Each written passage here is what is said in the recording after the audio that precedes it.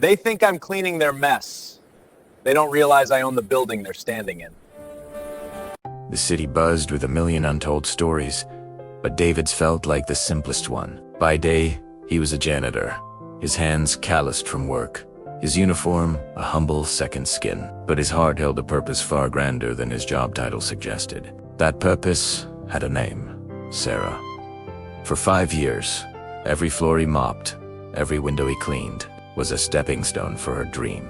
Sarah was in her final year of medical school, a future Dr. Sarah Williams, and David was her unwavering, unseen foundation. He'd sacrificed his own ambitions, putting his dreams of opening a small restaurant on the back burner. He took on extra shifts, ate simple meals, and saved every spare dollar. All of it went towards her tuition, her textbooks, her rent. He did it all with a smile, fueled by the vision of their future together. He saw it so clearly: a cozy home, the laughter of children, and Sarah in her white coat, a hero to her patients. To him, she was already a hero.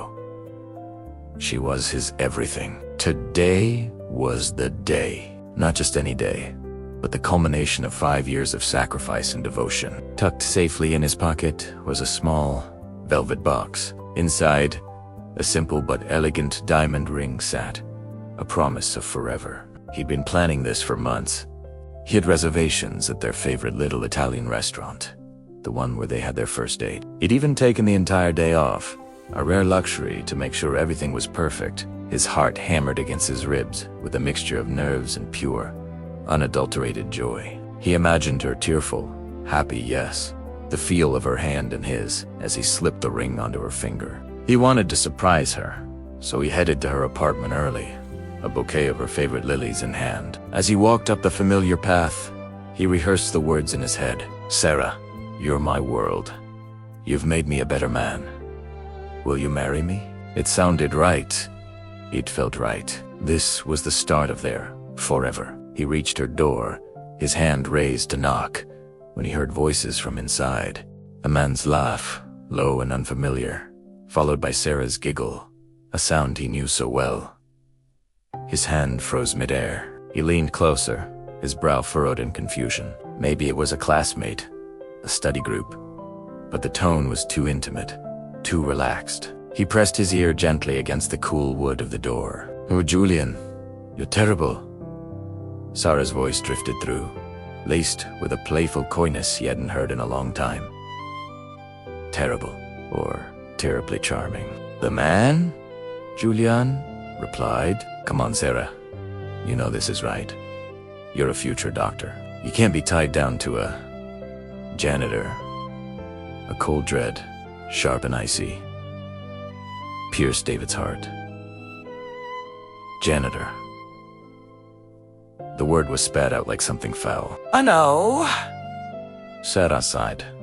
"It's just, David's been so good to me. Good to you. Or good for you." Julian pressed. "He's paying your bills. That's a transaction, not a relationship. You deserve a man who can match your ambition, who can take you to charity galas, not to a greasy spoon diner. A man like me." Silence. David held his breath, praying she would defend him, defend them.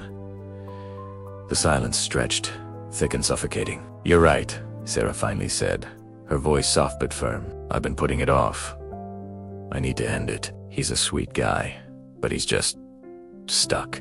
He has no drive, no ambition beyond his mop and bucket. He's a lifetime loser. I can't build a future on that."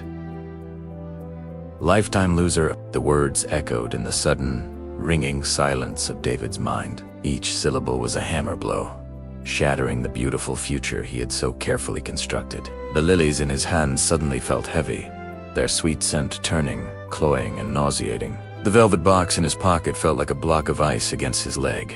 His vision blurred. He couldn't breathe. Without thinking, he pushed the door open. It wasn't locked. The scene that greeted him was a living nightmare. Sarah was in the arms of a tall, handsome man in an expensive suit. Her hands were on his chest, her face tilted up towards his. They sprang apart at the sight of him. Sarah's eyes wide with shock and a flicker of something else guilt. "David, what are you doing here?" she stammered, smoothing down her shirt. David just stood there, his face a pale mask of disbelief. He looked from Sarah to Julian, whose lips curled into a smug, triumphant smirk. The pieces clicked into place with brutal clarity. The late-night study sessions, the increasingly distant phone calls, the excuses. It all made a sickening kind of sense now. He slowly raised the hand holding the flowers. E?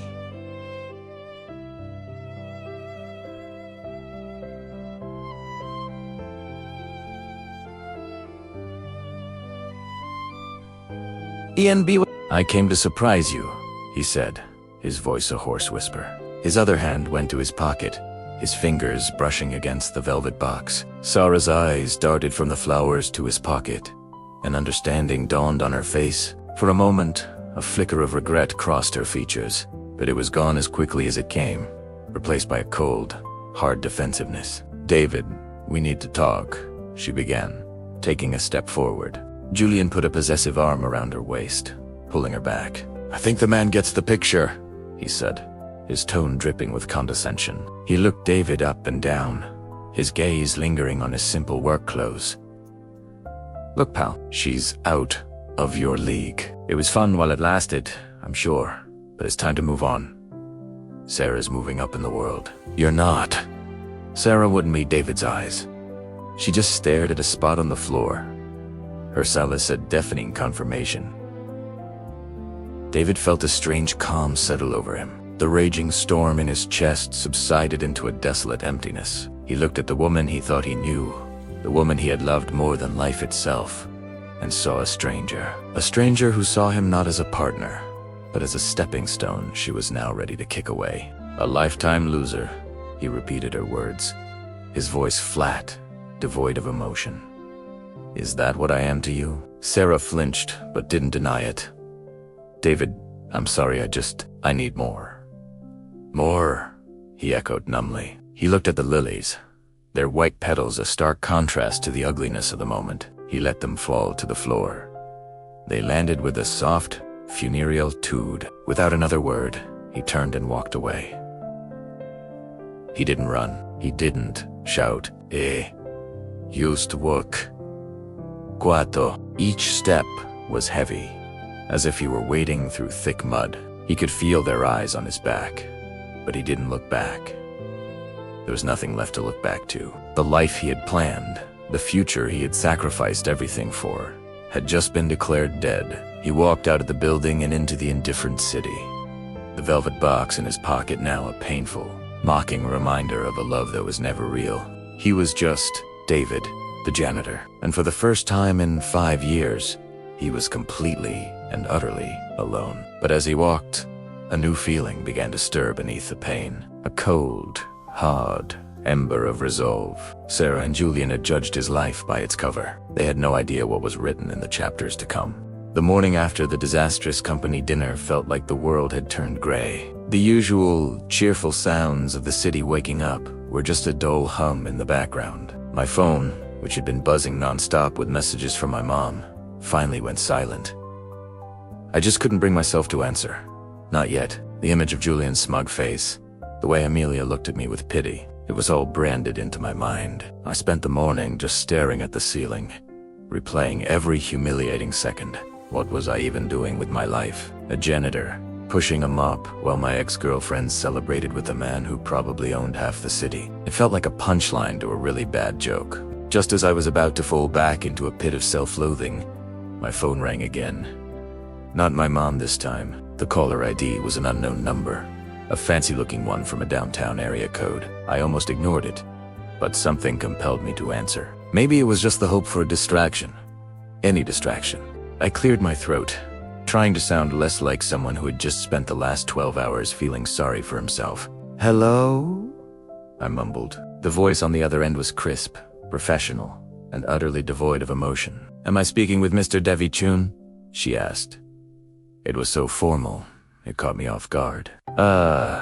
Yes, this is he, I managed to reply. Mr. Chun, she continued.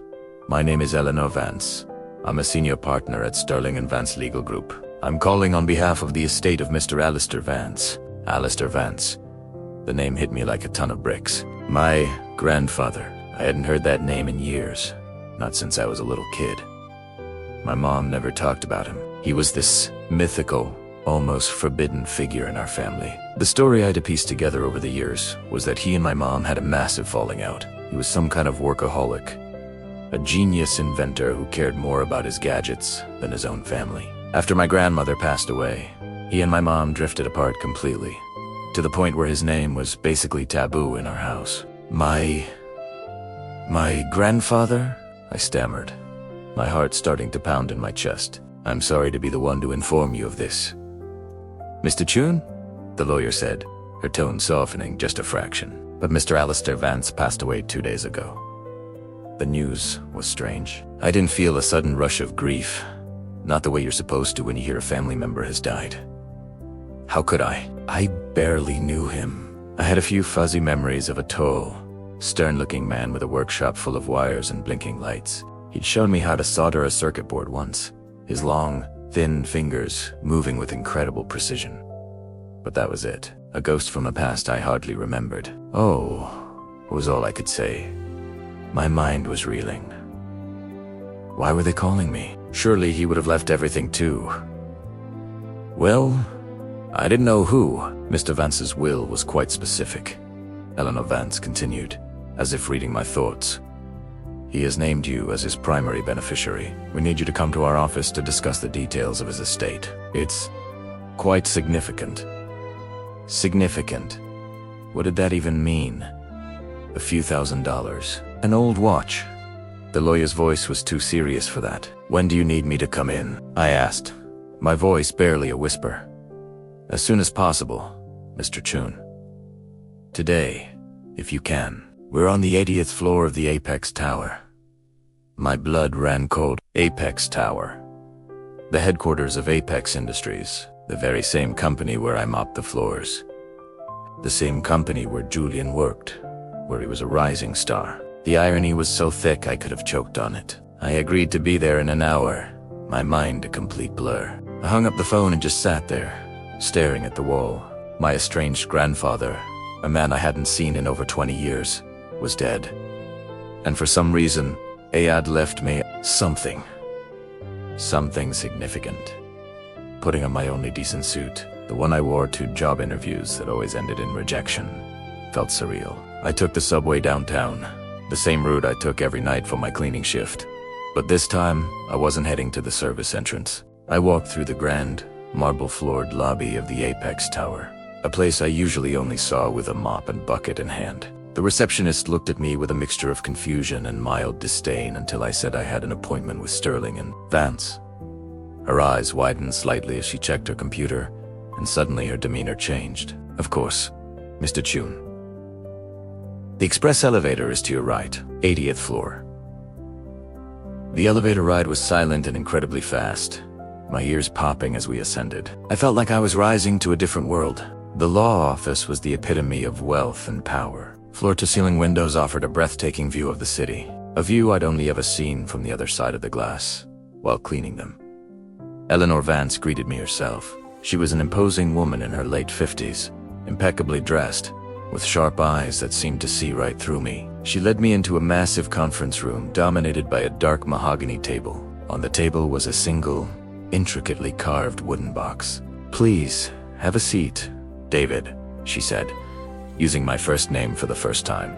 Her tone was now surprisingly gentle. "Your grandfather was a very complex man. He was also, forgive me for being blunt, the founder and majority shareholder of the company in this very building, Apex Industries." I think my jaw physically dropped. Apex Industries, the tech giant. The company that was literally changing the world with its innovations. My grandfather, the reclusive old man my mom refused to talk about, was a tech tycoon. It didn't make any sense.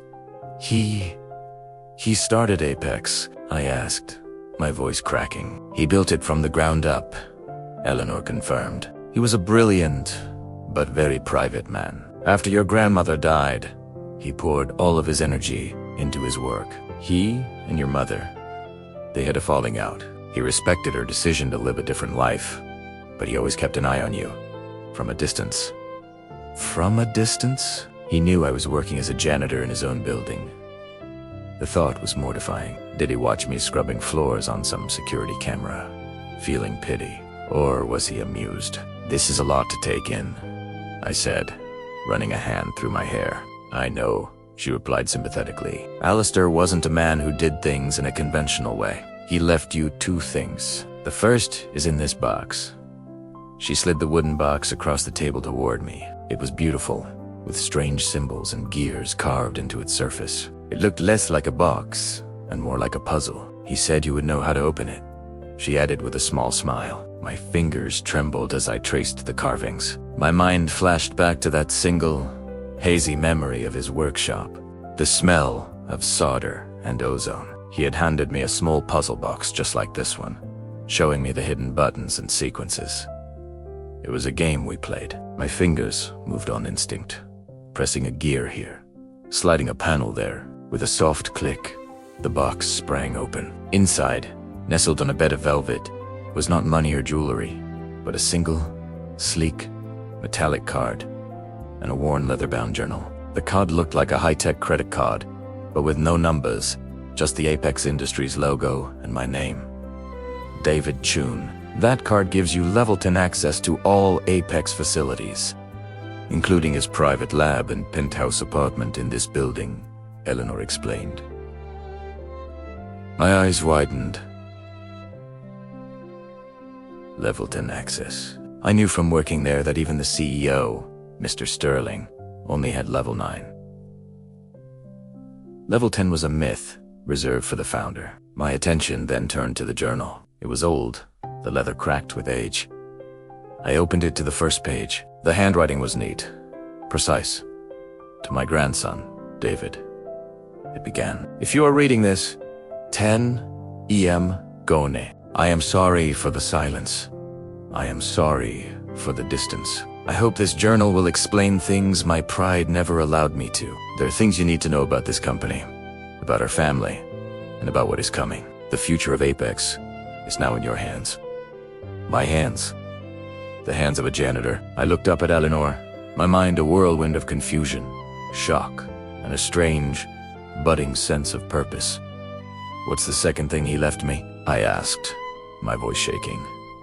Eleanor Vance took a deep breath. "David," she said, her voice steady and serious, "your grandfather left you his controlling stake in Apex Industries. 51% of the company's shares. As of this morning, you are the majority owner." To find out who was truly worthy of his family's legacy, David decided to stay undercover. He wasn't going to reveal his identity just yet. Instead, he took a job as a janitor at Apex Corporation's headquarters, the very company his grandfather had built from the ground up. He wanted to see the company from the inside, to observe people when they thought no one important was watching. He traded his tailored suits for a simple janitor's uniform and started his new life, pushing a cleaning cart through the polished hallways. From his unique vantage point, David saw things he never would have from a boardroom. He saw the daily grind, the office politics, and the true colors of the people who worked there. And what he saw from his own family was deeply troubling. His cousin, Julian, seemed to rule his department with an iron fist. David watched, unseen, as Julian publicly berated a young marketing assistant for a minor mistake on a report. The assistant looked mortified, shrinking under Julian's harsh words, while other employees just looked down, too afraid to intervene. This wasn't leadership, it was bullying. David felt a knot of disappointment tighten in his stomach. This was not the kind of person he wanted running his grandfather's company. Then there was Sarah.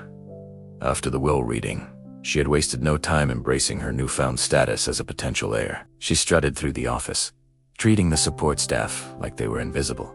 One afternoon, David was cleaning near the executive lounge when he overheard Sarah speaking condescendingly to a receptionist. The receptionist had politely informed her that a meeting room was already booked, and Sarah had scoffed, saying, "Do you know who I am? Some things are more important than a prior booking." She acted as if the rules didn't apply to her, as if her name alone gave her the right to belittle others. David clenched his jaw. This arrogance, this sense of entitlement tit, was the exact opposite of the humility and respect his grandfather had always valued. As he mopped the floors late one evening, the gleaming reflection of the city lights in the windows seemed to mock him. The building stood as a monument to his grandfather's hard work.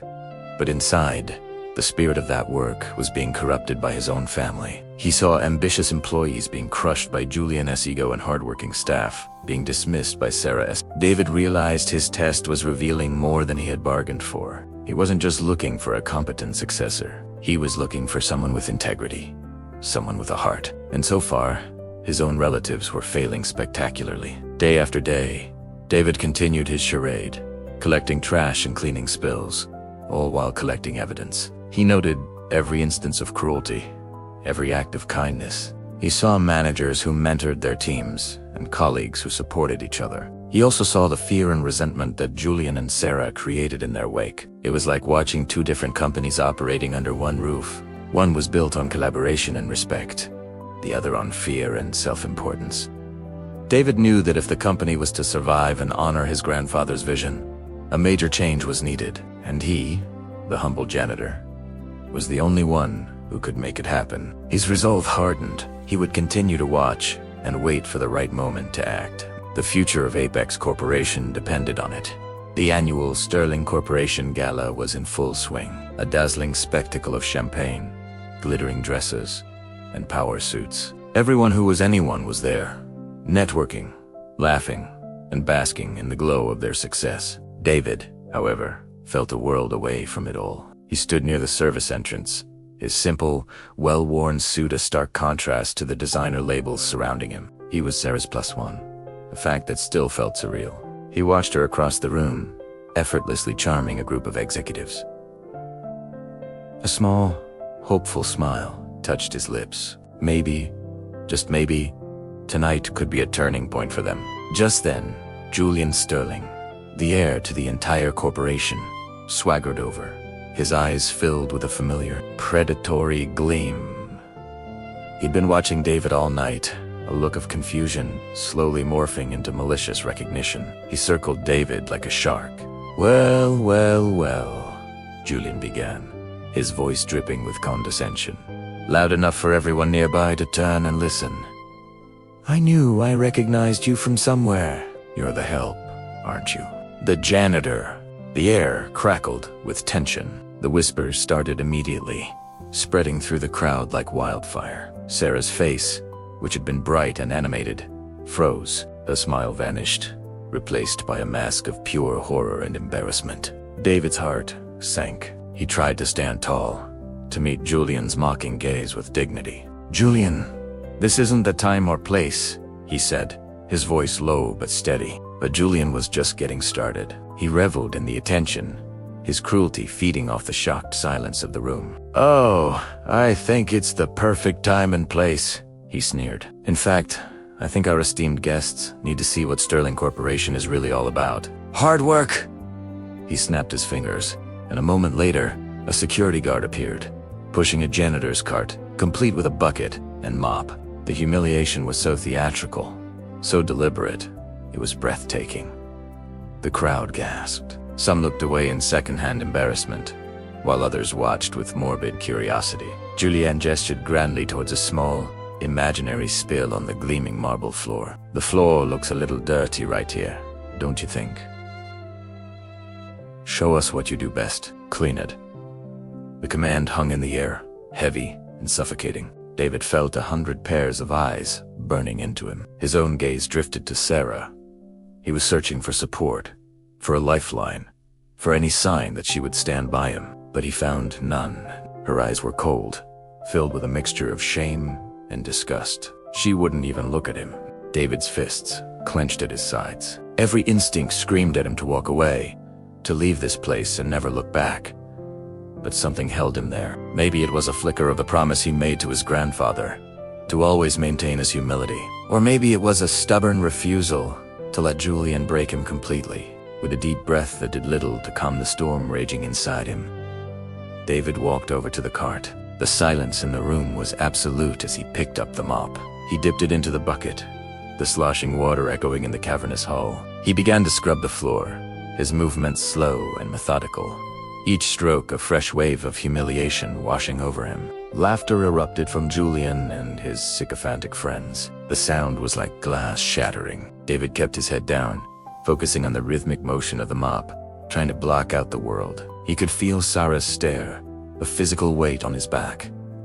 He didn't dare look at her. He knew what he would see, and he wasn't sure he could bear it. The gala, which had seemed like a fairy tale just an hour ago, had transformed into his own personal nightmare. He was no longer a guest, no longer Sarah's partner. He was just the janitor, on his hands and knees, for all the world to see. After what felt like an eternity, Julian seemed to grow bored of his cruel game. "All right, that's enough," he declared with a dismissive wave of his hand. "You can go back to your duties."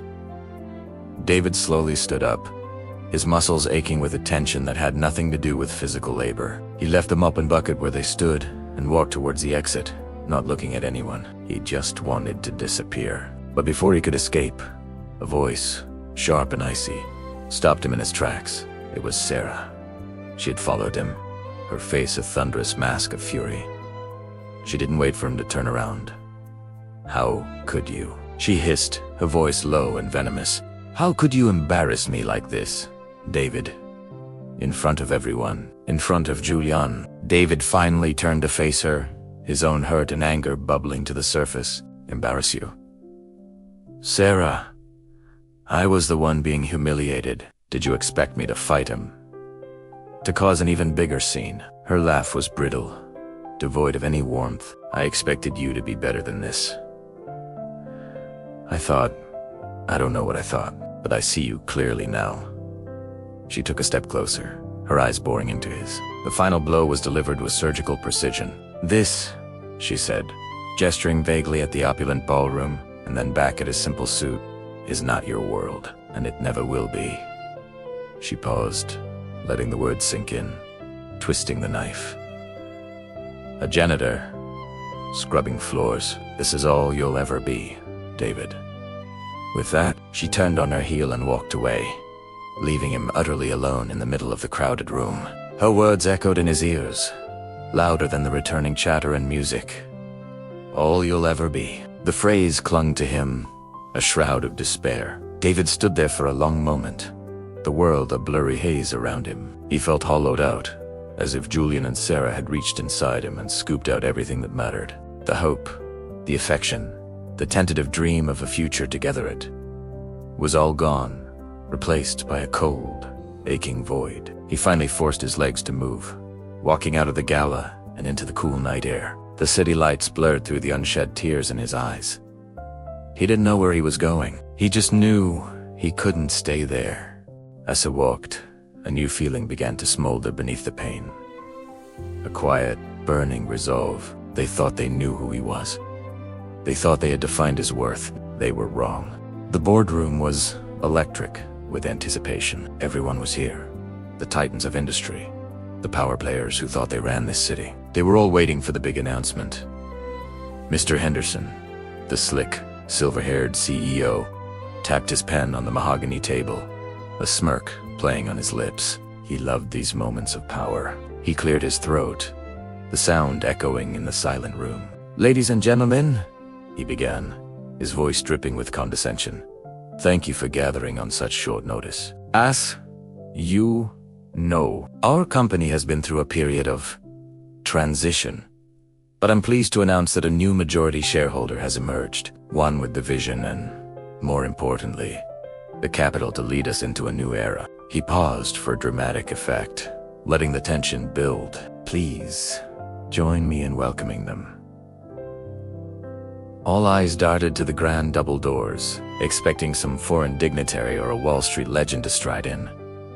The doors remained closed. A few confused murmurs rippled through the room. Henderson frowned, looking at his watch. "They should be here," he muttered, a hint of irritation in his voice. Suddenly, a soft shuffling sound came from the corner of the room. It was David, the janitor, the man they'd all ignored for years, the one they occasionally tossed a pitying glance or a dismissive comment to. He was slowly pushing his cleaning cart towards the door. Henderson's face tightened. "David, what are you doing? Get that out of here. We're in the middle of a meeting." The board members chuckled, some shaking their heads at the interruption. But David didn't stop. He didn't even look at Henderson.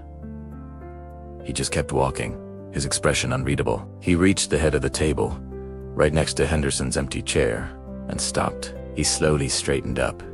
His back no longer stooped from years of mopping floors. His gaze swept across the room, meeting the eyes of every single person who had ever looked down on him. A strange silence fell. The amusement on their faces began to fade, replaced by a dawning confusion.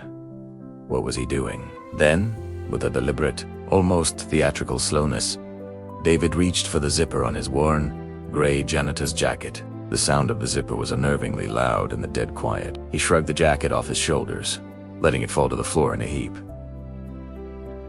And underneath, a suit. Not just any suit. It was a masterpiece of tailoring. A dark, elegant fabric that whispered of wealth and power. It was a $10,000 suit, and it fit him like a second skin. The room went absolutely, profoundly silent. Jaws literally dropped. The pen fell from Henderson's hand, clattering on the table. The smug looks, the dismissive smirks, all vanished, replaced by sheer, unadulterated shock. David stood there, transformed. He was no longer the invisible janitor. He was a figure of immense authority, his posture radiating a confidence they had never seen. He looked at Henderson, whose face had gone pale, and then addressed the stunned board. "Good morning," he said, his voice calm, steady, and carrying a weight that pinned them to their seats. "Sorry I'm late. Shall we begin?" The revelation hung in the air, thick and heavy. This wasn't just a meeting anymore. It was a reckoning.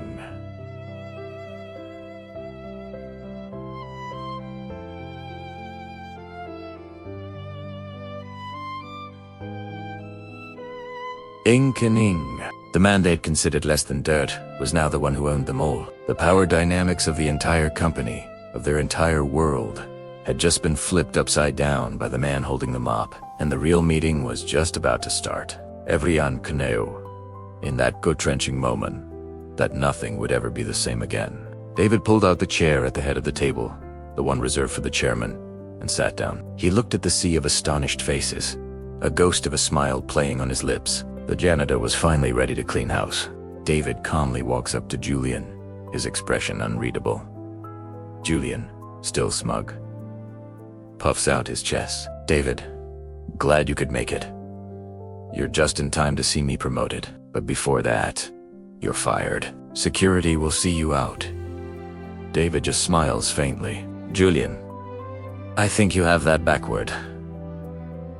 He turns to the board members. "Ladies and gentlemen, allow me to introduce myself properly. I am David Vance, the majority shareholder of this company." A wave of murmurs ripples through the room. Julian's face drains of all color. "What? That's impossible. You're just a janitor." David pulls out a set of documents from his worn briefcase and lays them on the table. "My father, the late Mr. Vance, believed in the value of hard work and humility. He wanted me to understand this company from the ground up before I took my rightful place. So, for the past year, I've been your janitor." He looks directly at Julian. "And in that time, I've seen a lot. For example, I've seen you falsifying reports, embezzling company funds, and creating a toxic work environment. I have all the evidence right here." He gestures to the documents, which detail Julian's fraudulent activities, including doctored invoices and secret offshore accounts. The board members look horrified, their faces a mixture of shock and anger. The CEO, Mr. Harrison, looks at the evidence. Tenk at Julian, his disappointment palpable. "Julian, is this true?" Julian starts to stammer, sweat beading on his forehead. "No. It's a lie." "This janitor is trying to frame me." David shakes his head. "The evidence is undeniable. I've cross-referenced everything with the company's internal servers. The digital trail is all there." He then plays a secret audio recording on his phone. It's Julian boasting to a colleague about how he has been skimming profits, and how he plans to oust Mr. Harrison. The final nail in the coffin. Julian is speechless, his arrogance completely shattered. The security guards, who were initially called for David, now stand by, awaiting new orders. Mr. Harrison slams his fist on the table. "Julian, You are a disgrace to this company. You are fired, effective immediately. And you can expect a visit from the authorities very soon. Get him out of my sight. The guards move in and grab a protesting Julian, dragging him out of the boardroom. The room is silent for a moment, the tension thick. Then, Sarah, who'd been watching the whole scene unfold in terror, rushes forward. She falls to her knees in front of David, tears streaming down her face. Mr. Vance, I am so sorry. I had no idea. I was just trying to get by. Please, forgive me. Don't fire me. I have a family to support. She's a completely different person from the one who sneered at him just an hour ago. David looks down at her, his expression cold. He remembers every condescending word, every dismissive glance. He reaches into his pocket and pulls out a crumpled $5 bill.